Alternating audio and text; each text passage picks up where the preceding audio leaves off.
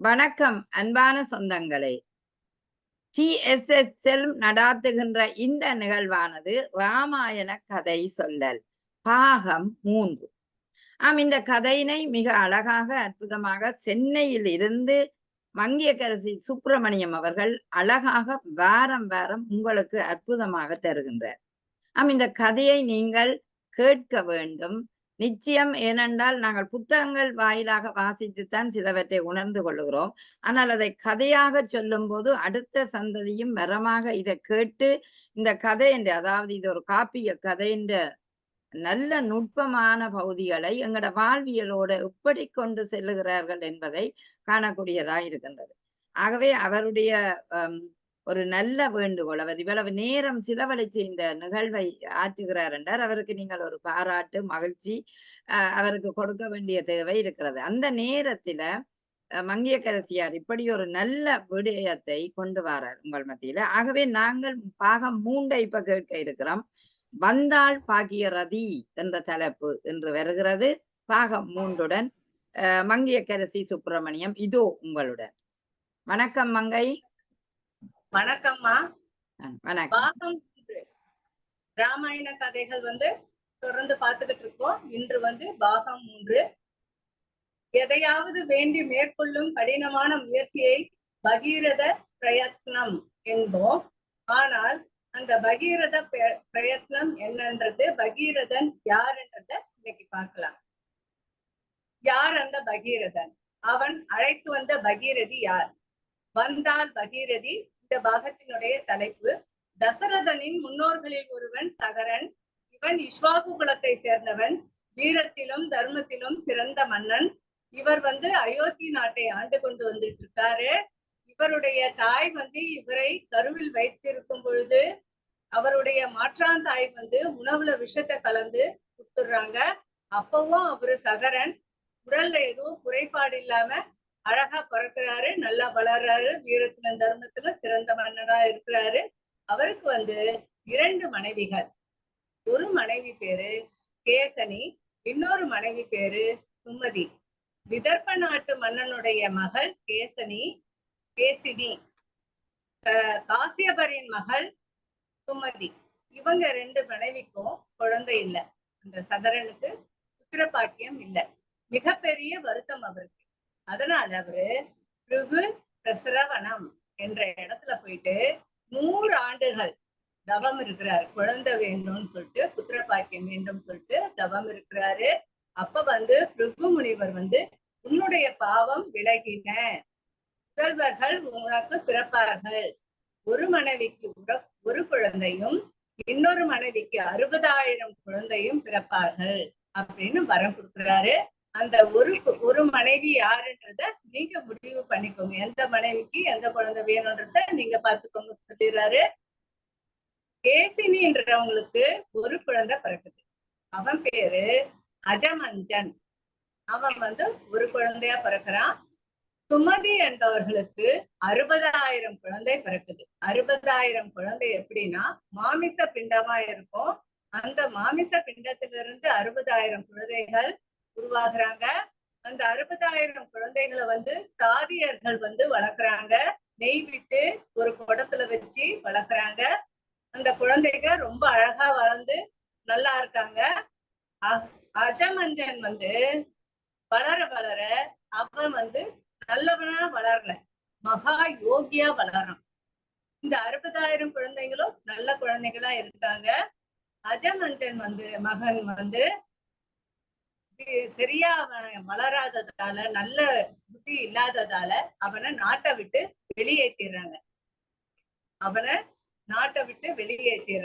அப்ப சகரனுடைய பேரன், அந்த அஜமஞ்சன் சொல்றேன் இல்லையா, அவங்களுடைய மகன் பேரு அம்சமான். அவன் நல்ல பையனா வளரான். இப்போ சகரனுடைய பேரன் அம்சமான் நல்லவனா இருக்கிறதால அவன் கூட சகரன் இருக்கிறான். பேரனை சகரனுக்கு ரொம்ப பிடிக்கும்.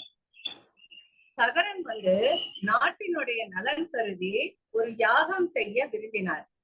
இமயமலைக்கும் தெற்கில் உள்ள விந்தயமலைக்கும் இடையில புண்ணிய பூமியா பூமியா தேர்ந்தெடுத்து அந்த புண்ணிய பூமியில யாகம் வளர்க்க ஆரம்பிக்கிறாரு. அந்த யாகம் வளர்க்கும் பொழுது அந்த அம்சமான் இருக்காருல்ல பேரன், அவர்கிட்ட யாக குதிரைய ஒப்படைக்கிறாரு. இத நீ பாதுகாப்பா வச்சிரு, யாகம் வளர்க்கணும் அப்படின்னு சொல்லிட்டு சொல்றாரு. யாகம் வளர்த்திட்டு இருக்கும்போது அம்சமான் கிட்ட இருக்கிற குதிரைய அரக்கன் மாதிரி வேடம் பூண்டு இந்திரன் அந்த யாக குதிரைய கடத்திட்டு போயிடுறாரு. யாகம் நடந்துகிட்டு இருக்கு, யாக குதிரை காணோம்னு சொல்லிட்டு அம்சமான் வந்து சொல்றாரு சகரன் கிட்ட. அப்போ சகரன் சொல்றாரு, எப்படி காணாம போச்சுன்னும் பொழுது, அரக்கன் வேடம் அரக்கனா வந்து கடத்திட்டு போயிட்டாங்கன்னு சொல்லும் பொழுது, அந்த அரக்கன் யாருன்னா இந்திரன்.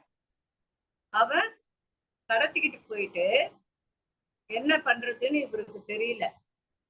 யாகம் வளர்த்தும் போது இப்படி ஆயிருச்சேன்னு சொல்லிட்டு அந்த 60,000 குழந்தைங்களையும் நீங்க போயிட்டு யாக குதிரையை தேடி கண்டுபிடிச்சு கொண்டு வாங்க அப்படின்னு சொல்லிட்டு அனுப்புறாரு சகரன்.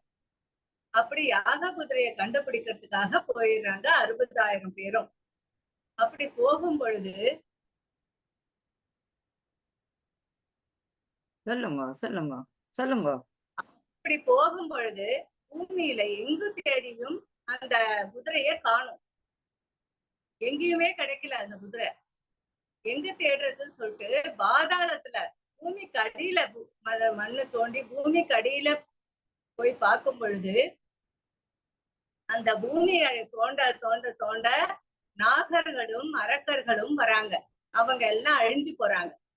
அப்போ அந்த நாகர்கள் அழியிறாங்கன்றத தேவர்களும் கந்தர்வர்களும் பிரம்மா கிட்ட போயிட்டு இந்த 60,000 பேரும் இந்த மாதிரி அராஜகம் பண்றாங்க, எல்லாமே அழியுது, அதனால நீங்க தான் எங்களுக்கு உதவி புரியணும்ட்டு மகாவிஷ்ணு கிட்ட போயிட்டு கேக்குறாங்க. மகாவிஷ்ணு என்ன பண்றாரு, கபில மகரிஷியா அவதாரம் பண்றாரு.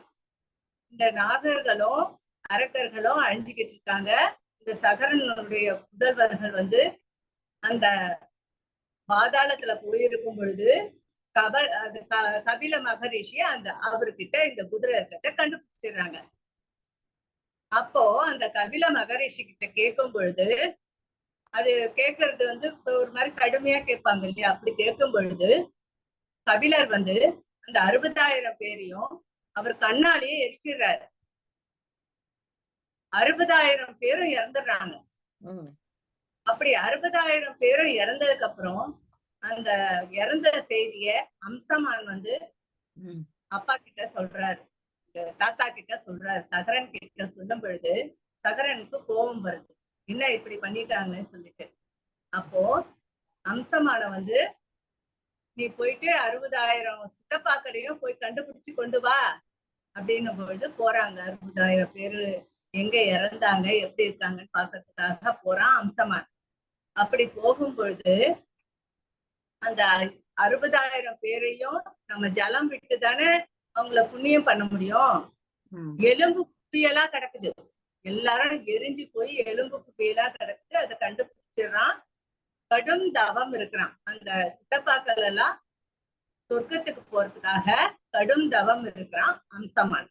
அப்படி கடும் தவம் இருக்கும் பொழுது கருடன் வந்து, நீ வந்து இவ்வளவு கடுமையா தவம் இருக்கிற, இந்த பூமியில இருக்கிற தண்ணி வந்து அவங்கள சொர்க்கத்துக்கு கொண்டு போகாது, ஆகாய மார்க்கமா வர தண்ணி தான் நல்லதுன்னு சொல்லும் பொழுது அவன் மறுபடியும் தவம் இருக்கிறான். ஆகாய கங்கைய வேண்டி தவம் இருக்கிறான். அப்படி தவம் இருக்கும் பொழுது அம்சமான் அயோத்தியில இப்போ சகரன் வந்து தவம் இருந்து அவன் இறந்து போறான். சகரனுடைய பையன் அம்சமான் வந்து அவன் வேண்டி தவம் இருக்கும் பொழுது அந்த அயோத்திய அம்சமான் ஆண்டுகிட்டே தவம் இருக்கிறான். அப்படி தவம் இருக்கும் பொழுது முனிவர் கண்டுபிடிச்சு அந்த முனிவர் வந்து இந்த சித்தப்பாக்களுக்கு வந்து தண்ணி விட்டு எடுக்கிறது வந்து நம்மளால முடியாது, மகாவிஷ்ணுவால கூட முடியாது, நீ வந்து சிவனை வேண்டினா உனக்கு அந்த தண்ணி கிடைக்கும்னு சொல்லும் பொழுது சிவனை கடும் தவம் 32,000 ஆண்டுகள் கடும் தவம் இருக்கிறான். யாருனாக்கா சகரன் இறந்துடுறான். தவம் இருந்து தண்ணி கங்கையை கொண்டு வர முடியல. அம்சமானோ இறந்துடுறான். அவனும் இறந்ததுக்கு அப்புறம் அம்சமானுக்கு திலீபன் ஒரு பையன் பிறக்கிறான். அந்த திலீபன்றவன் 32 ஆண்டுகள் கடும் தவம் இருந்து இமயமலையில இருந்து தண்ணி கொண்டு வரதுக்காக தவம் இருந்து கிடைக்குது தண்ணி. அப்படின்னா மேல இருந்து விழும் பொழுது, வேகமா பூமியில விழும் பொழுது அந்த பூமி தாங்காது. அதனால கொஞ்சம் கொஞ்சமா வேணும்னு சொல்லிட்டு சிவன் வந்து அந்த தண்ணியை தடுத்து நிறுத்தி அந்த ஜடாமுடியில போட்டு சுத்திக்குவாரு. அந்த தண்ணி வந்து அந்த இதுல தங்கிடுது.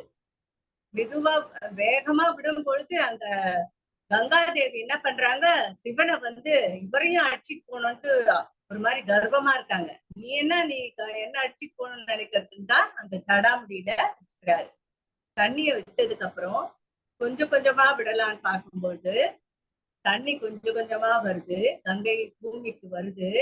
அப்போ அந்த இடத்துல வந்து கோசர்ணம்னு சொல்லிட்டு அந்த இடத்துல தவம் இருக்கிறான். அந்த தவம் இருந்து பஞ்சாக்னி நடுப்புறம் தீய மூட்டிட்டு நடுப்புற நின்னு தவம் இருக்கிறான். யாரு? திலீபன். அப்படி தவம் இருக்கும்போது அப்படியும் கிடைக்காததால பகீரதன் தவம் இருக்கிறான். தவம் இருந்து அந்த தண்ணி கிடைக்குது. பகீரதன் வந்து குதிரையில போய்கிட்டு இருக்கான். அந்த தண்ணி வந்து 7 நதிகளா வருது. 7 நதிகளாக வரும் பொழுது அந்த நதிகள் வந்து 7 திசையை நோக்கி போகுது. ஒரு திசையில வர அந்த தண்ணி கொஞ்சம் தூரம் போய்கிட்டு இருக்கான் அந்த குதிரையில. பின்னாடி திரும்பி பார்த்தா கங்கையை காணும். இன்னும் காணுமே கங்கையை காணுமேன்னு சொல்லிட்டு மறுபடியும் கஷ்டப்படுறான் அவன். என்னடா இது தண்ணியை வரலையேன்னு சொல்லிட்டு மங்கைய வரலைன்னாக்கா ஜங்கு மகரிஷின்றவரு உட்கார்ந்துட்டு இருக்காரு. அவரு அந்த கங்கையை குடிச்சிடுறாரு. கங்கையை குடிச்சிட்டதால தண்ணி வரல. அவர்கிட்ட தவம் இருக்கிறான். எப்படின்னா வெறும் கட்ட விரல மட்டும் பூமியில ஊற்றி கைய மேல தூக்கி காற்றை மட்டுமே உண்டு வாழ்ந்துகிட்டு இருக்கான். அப்படி காற்றை மட்டுமே உண்டு வாழ்ந்து இவ்வளோ கடுமையா தவம் இருக்கிறானேன்னு ஜங்கு மகரிஷி வந்து அவர் காது வழியா தண்ணி விடுறாரு. இந்த காது வழியா தண்ணி வர்றதுதான் பாகீரதியா சிவனும் பார்வதியும் வந்து அந்த பகீரதனுக்கு ஆசீர்வாதம் பண்றாங்க. நீ எவ்வளவு கடும் தவம் இருந்து இந்த கங்கையை இந்த பூமிக்கு கொண்டு வந்த, அதனால இன்று முதல் பாகீரதி என்று அழைக்கப்படுகிறது அப்படின்னு சொல்றாங்க. இந்த பாகத்தில வந்து மிகவும் கடுமையா தவம் இருந்தது பகீரதன். ஒரு கால் கட்டை விரலை மட்டும் ஊன்றி கைகளை உயர்த்தி காற்றை மட்டுமே சாப்பிட்டுக்கிட்டு இருக்கான். அதே மாதிரி பஞ்சாக்னி சுத்தி நெருப்புல நின்றுக்கிட்டு மேல கைய உயர்த்தி வணங்கிக்கிட்டு அந்த மாதிரி கடுமையா தவம் இருக்கிறது 1000 ஆண்டுகள். இப்படியெல்லாம் கடுமையாக தவம் இருந்து கிடைத்ததுதான் இந்த கங்கை.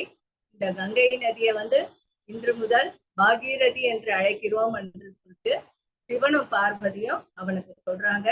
இவ்வளவு கடுமையா அவன் கொண்டு வந்ததால அவனை பகீரதன் சொல்லிட்டு சொல்றாங்க. மிக்க நன்றி, மிக்க நன்றி மங்க. மிக அழகாக, அதாவது எப்படி கங்கையை அந்த பகீரதன் கொண்டு வந்ததை அழகாக சொல்லி இருக்கிறீர்கள். இந்த பாகம் கூடுதலாக தவமும் கங்கையும் அதே நேரம் கபில மகரிஷியின் கதையும், கேசைக்கு அஜமஞ்சன் பிறந்தா நானா சுமதிக்கு 60,000 குழந்தைகள் பிறந்தார்கள். இந்த விடயத்தையும் 60,000 60,000 அதான் சொன்னான். 60,000 என்று நாங்க சொல்றோம். என்றதே மிக அழகாக இந்த பாகம் 3 சொல்லி இருக்கிறீர்கள். அந்த யார் பகீரதி என்ற ஒரு கேள்வி இருக்கின்றது. இந்த நிகழ்வை கேட்டுக்கொண்டிருக்கிற அன்புறவுகளே 60 பாகங்கள் இந்த ராமாயண கதை உங்களுடன் தொடர இருக்கின்றது. இன்று 3வது பாகத்தை நாங்கள் தொட்டுவிட்டோம். இப்பொழுது என்னவென்றால் இந்த பாகத்துடன் நீங்கள் 60 பாகங்களையும் கேட்டு அதற்கு பின்னால் ஒவ்வொரு பாகத்துக்கும் பின்னால் நாங்கள் ஒரு கேள்வி கேட்கப்படும். அந்த கேள்விக்கான பதிலை நீங்கள் இந்த கொமெண்டிலேயே போட வேணும். நீங்க கேட்டால் இந்த நிகழ்வை எவ்வாறு இருக்கிறது என்று உங்கள் கருத்துக்களையும் எழுதுங்கள்.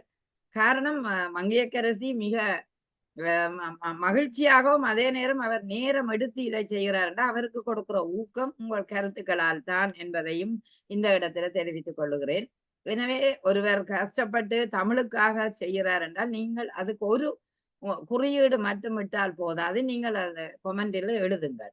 அப்ப இந்த பாகம் முடிந்தவுடன் ஒரு கேள்வி அவர் கேட்பார். அந்த கேள்விக்கான பதிலை கொமெண்டிலேயே போடுங்கள். நாங்கள் 60 கேள்விகளுக்கான பதில்களை எடுத்து யார் சரியான விடையை எழுதுகிறார்களோ அவர்களை தேர்ந்தெடுத்து குலுக்கல் முறையில் நாங்கள் 3 பரிசு கொடுக்க காத்திருக்கிறோம். எனவே நீங்கள் ஆர்வத்தோட பங்கு பெற்றுபவர்கள் ஒழுங்காக கேட்டு இந்த கதையின் பின்புறமாக உள்ள வினாக்கு விடையளியுங்கள் என்று உங்களை அன்போட கேட்டுக்கொள்கிறேன். முதல் 2 பாகங்களும் விடுபட்டு விட்டன. இருந்தாலும் நாங்கள் 3வது பாகத்திலிருந்து அந்த கேள்வியை தொடுக்க போகிறோம்.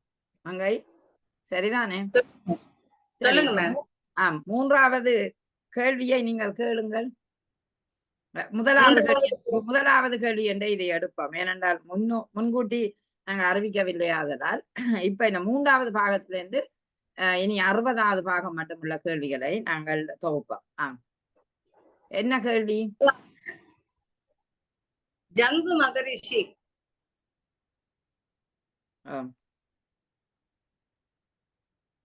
கேள்வியை கேளுங்க. ஜங்கு மகரிஷி என்ன செய்தார்? ஓகே, சரி. இந்த 3வது பாகத்துக்கான கேள்வி, ஜங்கு மகரிஷி என்ன செய்தார்? உங்கள் விடைகளை இந்த கொமெண்டில் பதிந்து கொள்ளுங்கள். நாங்கள் அதிர்ஷ்டசாலி நேயர்களுக்கு பரிசு தர காத்திருக்கின்றோம். எல்லா விடைகளையும் நாங்கள் கலெக்ட் பண்ணி 3 பரிசு தர இருக்கின்றோம். எனவே நீங்கள் ஜங்கு மகரிஷி யார்? என்ன அதான கேள்வி. யார் எப்படி உதவினார்? எப்படி உதவினார்? ஜங்கு மகரிஷி யார் எப்படி உதவினார்? ஓகே. இன்றைய இந்த பாகம் 3 இனிதே நிறைவு காண்கின்றது. அடுத்த பாகம் 4 உங்களை சந்திக்கும் வரை விடைபெறுகின்றோம். மங்கையர்க்கரசியுடன் நகுலா சிவநாதன். நன்றி, வணக்கம்.